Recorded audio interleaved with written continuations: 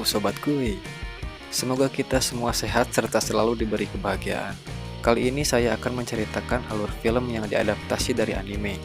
Buat kalian generasi 90-an pasti hafal betul dengan karakter Shinichi Kudo bukan?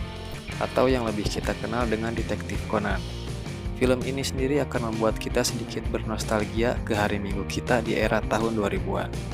So, simak aja langsung alur filmnya. Dan sebelum kita lanjut, intro dulu lah kuy.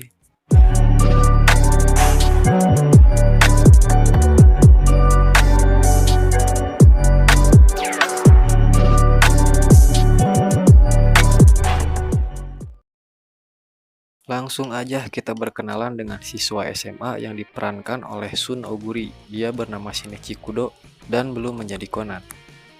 Kala itu namanya sangat dipuja-puja karena ia merupakan detektif muda yang mampu memecahkan berbagai kasus dan bisa membantu pihak kepolisian. Kita juga diperlihatkan Ran Mori. Dia adalah teman semasa kecil Shinichi. Mereka berdua nampaknya saling menyimpan perasaan tapi enggan untuk mengatakan satu sama lain. Di tempat itu juga muncul Sonoko. Dia adalah teman mereka berdua. Kita juga akan diperkenalkan dengan sosok detektif yang tak lain yaitu Kogoro Mori. Dia merupakan ayah dari Ran. Dia pun merasa tersaingi dengan adanya Shinichi yang lebih jenius darinya. Singkat cerita, sekolah Shinichi akan mengadakan study tour. Awalnya Shinichi tidak tertarik untuk mengikuti kegiatan itu. Tapi setelah dia mendapatkan surat tantangan dari orang misterius yang berkata bahwa dirinya akan menculik salah satu temannya, dia pun dengan terpaksa mengikuti kegiatan study tour itu. Perjalanan pun dimulai. Shinichi pun terus melihat gerak-gerik orang yang dia anggap mencurigakan. Sampai-sampai saat Ran mengajak berfoto pun, wajahnya terlihat cuek seperti bebek. Dalam kapal yang ditumpanginya, terdapat pengemudi kapal yaitu Kapten Azuma, Minamida, dan juga Mai Nishida sebagai pemandu wisata. Dan juga ada guru mereka yaitu Pak Shingo. Tak lama kapal melaju, terdengar suara wanita yang menjerit. Segera Shinichi pun bergegas ke tempat tersebut. Tapi diketahui suara itu adalah suara Sonoko yang sedang mabuk laut. Akhirnya Sonoko dirawat di sebuah ruangan. Dia pun dengan genit berharap ditemani oleh Minamida. Tapi malah Shinichi dan Ran yang ditugasi menemaninya. Seketika Mai pun memberi obat kepada Sonoko agar mualnya cepat hilang dan dia pun bisa beristirahat dengan enak. Sewaktu Shinichi keluar, dia pun melanjutkan untuk terus mengawasi orang yang dianggap mencurigakan. Tapi Ran menghampirinya karena ia merasa tingkah Shinichi sangat aneh. Tak lama setelah itu, ada suara tercebur seperti suara orang yang terjatuh, dan Shinichi pun berlari menuju sumber suara tersebut. Dan benar saja, Shinichi pun melihat Bando Sonoko mengambang di air. Dan dia pun mengira bahwa telah diculik oleh orang misterius yang mengirimkan surat kepadanya. Shinichi pun kemudian bergegas ke kamar Sonoko, dan benar saja Sonoko sudah tidak ada di kamar tersebut. Lantas dia pun mencari sesuatu, berharap menemukan sebuah petunjuk atas hilangnya Sonoko. Dia bersama Ran membuka semua ruangan, bahkan semua peti yang ada di tempat itu, tapi hasilnya nihil. Dan semua orang pun panik atas hilangnya Sonoko. Setelah itu kapal pun berhenti di suatu tempat, dan orang-orang terkait pun diinterogasi oleh pihak kepolisian setempat. Shinichi yang merasa kalah atas tantangan itu lantas membiarkan dirinya kehujanan, dengan mental yang sedikit down. Tapi tiba-tiba Ran dengan penuh perhatian menghampirinya untuk memayungi Shinichi.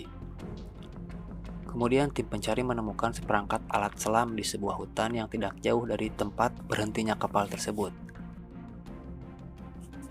Dan di tempat lain terlihat Shinichi menghampiri pihak polisi dan meminta izin dirinya ikut dilibatkan dalam kasus ini. Namun pihak polisi menolaknya mentah-mentah. Kemudian Shinichi pun mengajukan suatu pertanyaan yaitu, berapa tekanan tabung gas yang digunakan si penculik itu? Dan salah satu polisi itu pun menjawab tekanannya adalah 180.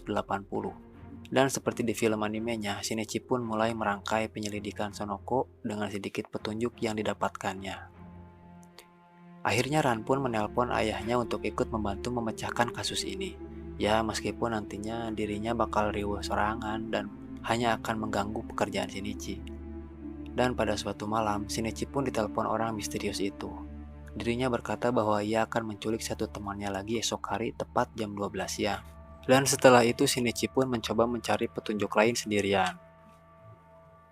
Tapi lagi-lagi Ran menghampirinya dan berkata bahwa ia akan menemaninya. Sekembalinya ke kapal, mereka menemukan bahan peledak yang diduga digunakan si penculik untuk membuat barang yang lalu dijatuhkan ke dalam air. Lalu Shinichi pun mengatakan hal yang sebenarnya kepada Ran, bahwa dia mendapatkan sebuah surat tantangan dari orang misterius yang berniat akan menculik temannya. Seketika Ran pun marah. Tapi setelah Shinichi menjelaskan bahwa jika dibiarkan akan semakin buruk, akhirnya Ran pun mulai mengerti. Shin berganti dengan memperlihatkan semua siswa dikumpulkan di suatu tempat yang dijaga ketat oleh polisi, mengetahui akan adanya penculikan kedua. Di sana pun terlihat adanya Pak Mori dan meminta kepada Shinichi agar selalu menjaga Ran. Terlihat Ran menerima sebuah surat yang di dalamnya terdapat sebuah kunci. Semua orang mulai panik, dan Shinichi pun masih menebak-nebak siapa sebenarnya si penculik itu. Apakah Kapten Azuma, Minamida, ataukah Mai Nishida, atau bahkan gurunya sendiri yaitu Pak Shingo. Dan waktu pun menunjukkan tinggal beberapa menit saja menuju jam 12 tepat. Lalu tiba-tiba lampu pun mati dan tiba-tiba Ran pun menghilang dalam penjagaan yang sangat ketat itu. Seketika Shinichi pun kebingungan dan langsung memeriksa semua pintu yang terkunci rapat. Sehingga ia pun berlari keluar dan tetap tidak menemukan Ran. Dia pun merasa bersalah dan kecewa terhadap dirinya sendiri. Pak Mori pun yang bertugas di luar bertanya kepada Shinichi siapa orang berikutnya yang hilang. Dan saat Shinichi berkata bahwa itu adalah Ran, dia pun marah dan langsung Shinichi pun dicipol. Setelah itu si penculik menelepon Shinichi dan mengatakan bahwa dia telah memasang bom di tempat penculikan Ran dan Sonoko dan akan meledak tepat jam 12 tengah malam nanti. Terlihat bahwa Pak Mori mengira bahwa Kapten Azuma lah si penculik itu. Tak lama mereka pun bergegas menuju kediaman Kapten Azuma. Dan hal mengejutkan nampak di sana. Terlihat bahwa Kapten Azuma mati gantung diri. Dan di sana terdapat surat yang bertuliskan "Aku adalah sang penculik". Saat Pak Mori sedang riweuh sorangan, terlihat Shinichi menemukan petunjuk di balik surat itu. Sehingga ia berkata bahwa bukan Kapten Azuma lah penculiknya.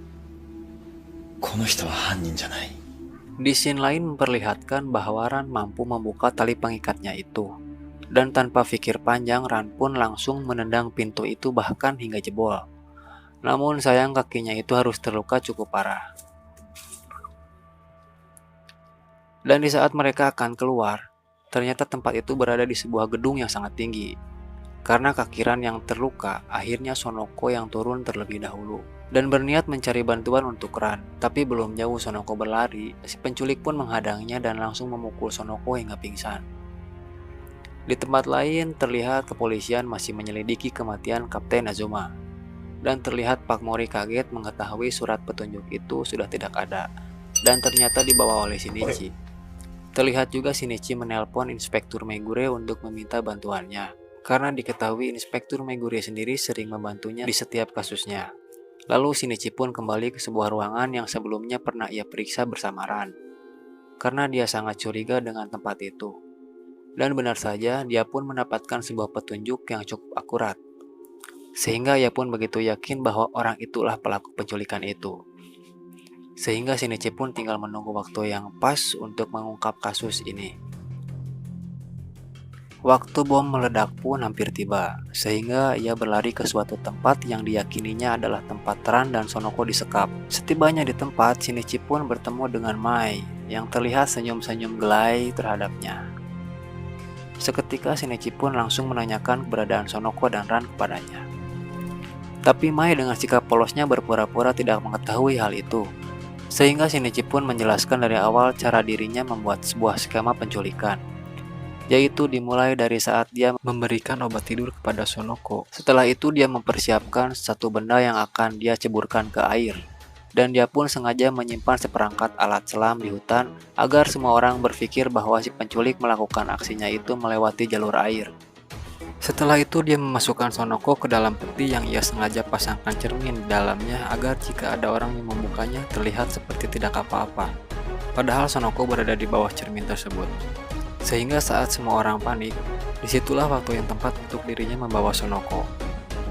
Dan pada saat penculikan kedua, dia sengaja mengirimkan surat kepada Ran yang berisikan ancaman untuk Sonoko yang tak lain adalah sahabatnya itu. Dia pun memberikan sebuah kunci cadangan agar Ran bisa keluar pada saat lampu dimatikan.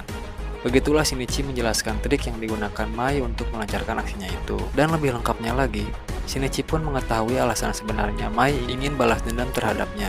Karena diketahui Shinichi telah menjebloskan pacarnya ke dalam penjara. Seketika Mai pun menodongkan pistol ke arah Shinichi dan membawanya ke tempat Ran disekap. Sebenarnya dia ingin menembak Ran dan Shinichi karena dirinya iri kepada mereka berdua yang mempunyai kedekatan. Sedangkan kekasihnya sendiri mati di dalam penjara karena ulah Shinichi.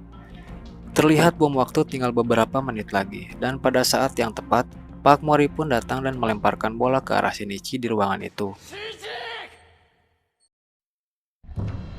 Kemudian Shinichi pun menendang bola itu tepat mengarah ke Mai, dan akhirnya pistol bisa diambil oleh Shinichi.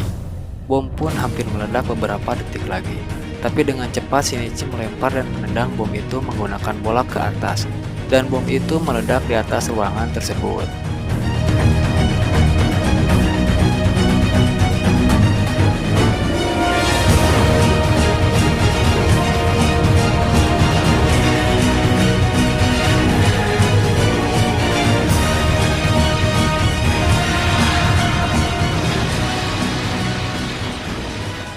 Dan kasus pun akhirnya terpecahkan dan Mai pun harus rela ditangkap atas ulahnya itu.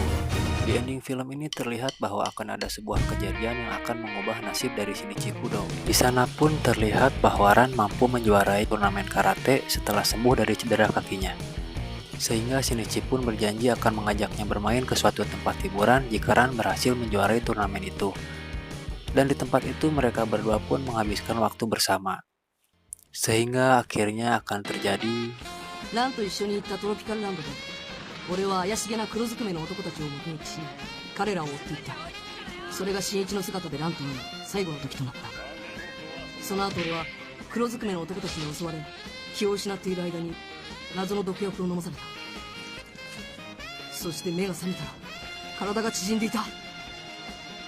名前はシンじゃなくて